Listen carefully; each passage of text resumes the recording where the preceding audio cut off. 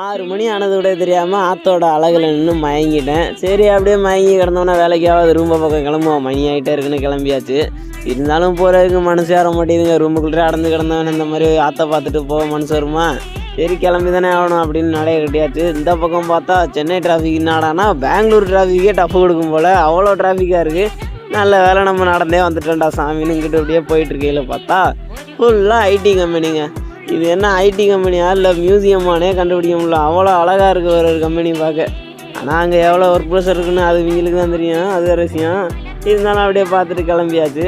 இங்கே இந்த போரலில் பார்த்தா கூகுள் சாண்டல் கம்பெனி. இதெல்லாம் சின்ன வயசில் பவுடர் அடிக்கும் போது அந்த பவுடர் டப்பாவில் பார்த்தது. இன்றைக்கி நான் அந்த கம்பெனி முன்னாடியே நிற்கிறேங்கிறப்ப ரொம்ப கொஞ்சம் பெருமையாக தான் இருக்குது.